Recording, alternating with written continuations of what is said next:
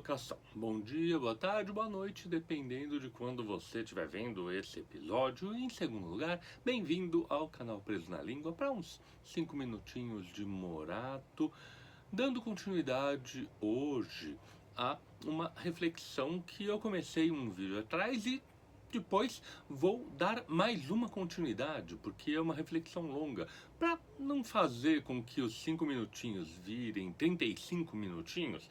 É melhor picotar os vídeos em certos temas. Biblioteca.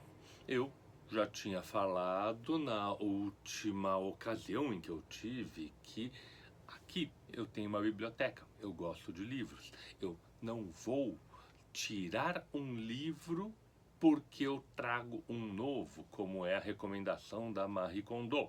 Não, isso é tonto porque a biblioteca não é uma coleção normal, já que o livro não é um objeto normal. O livro é a mente de uma pessoa e uma biblioteca é uma virtualidade de conexões. Agora a gente pode dar uma avançada, dar um passo adiante na reflexão, pensando em como é que a gente monta uma biblioteca.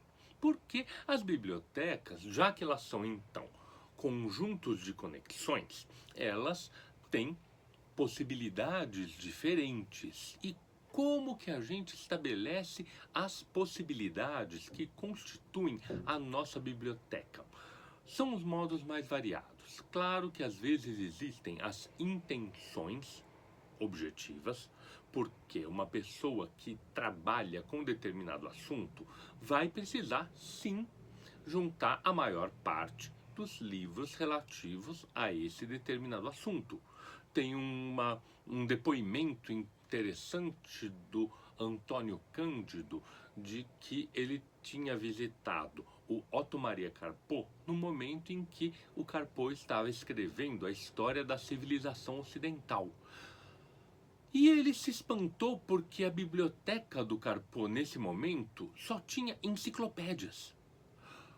Um pouco porque a finalidade do Carpo nesse momento era montar uma obra enciclopédica. Então ele estava usando aquela biblioteca dele para um fim muito preciso. Do mesmo jeito que eu tenho aqui algumas coisas ligadas ao meu foco de pesquisa. Essa área aqui é toda uma área de literatura neoclássica ou Arcade, sem contar umas pilhas aqui no chão e umas pilhas de trabalho ali do lado. Mas por isso eu tenho que ter muitas coisas. Faz parte da minha profissão ter livros de determinado tipo. Por outro lado, esses livros eu também não fui encontrando assim com muita precisão, porque os livros vão surgindo. E aí eu adoro uma imagem que eu usei uma vez num ensaio sobre a construção das bibliotecas, de que os livros, principalmente de quem compra livros em sebos, eles vão surgindo de acordo com o acaso. As bibliotecas montadas a partir de livros novos, elas seguem a lógica das editoras. As bibliotecas montadas a partir de sebos, elas seguem a lógica das mortes, das viagens, das separações, que vão fazendo pessoas se desfazerem de seus livros. Eu próprio já tive num momento, por questões pessoais, que ir embora do Brasil e não consegui levar todos os livros que eu tinha. Na época eram 7.000. Tive que vender 3.500 mais ou menos. Mais para frente, eu encontrei algumas pessoas que me falaram que tinham comprado livros meus, porque reconheceram um dos meus ex-libris, a chancela que eu tenho. Essa daqui, ó. Eu coloco nos livros, vendi muitos dos livros com essa chancela e pessoas reconheceram depois, porque os livros vão se montando de acordo com a casa, eles vão se reunindo. E daí, dentro das bibliotecas, também é uma coisa interessante, porque eu vejo pessoas usando os critérios oficiais, algumas pessoas usando seus próprios critérios, mas organizando os livros de maneira muito racional. Tenho quase calafrios quando vejo isso. Eu ouço e vejo de vez em quando, para citar um exemplo, o Reinaldo Azevedo, que nos seus comentários está na biblioteca da sua casa. E nada pessoal, adoro os comentários dele, mas fico com urticárias ao ver todos os livros com etiquetinhas. Estão arrumadinhos, sim, mas eles estão domados, eles estão submetidos a uma regra exterior.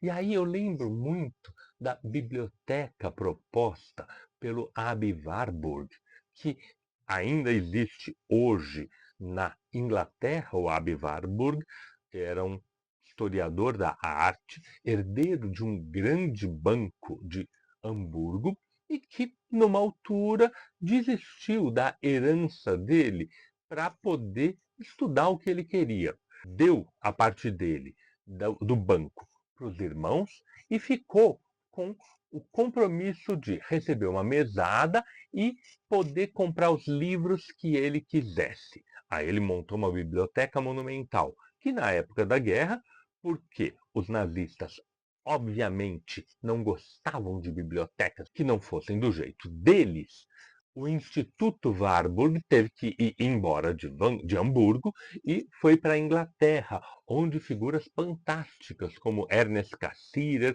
ou Ernest Gombrich ou a Frances Yates escreveram coisas geniais, porque a biblioteca permitia.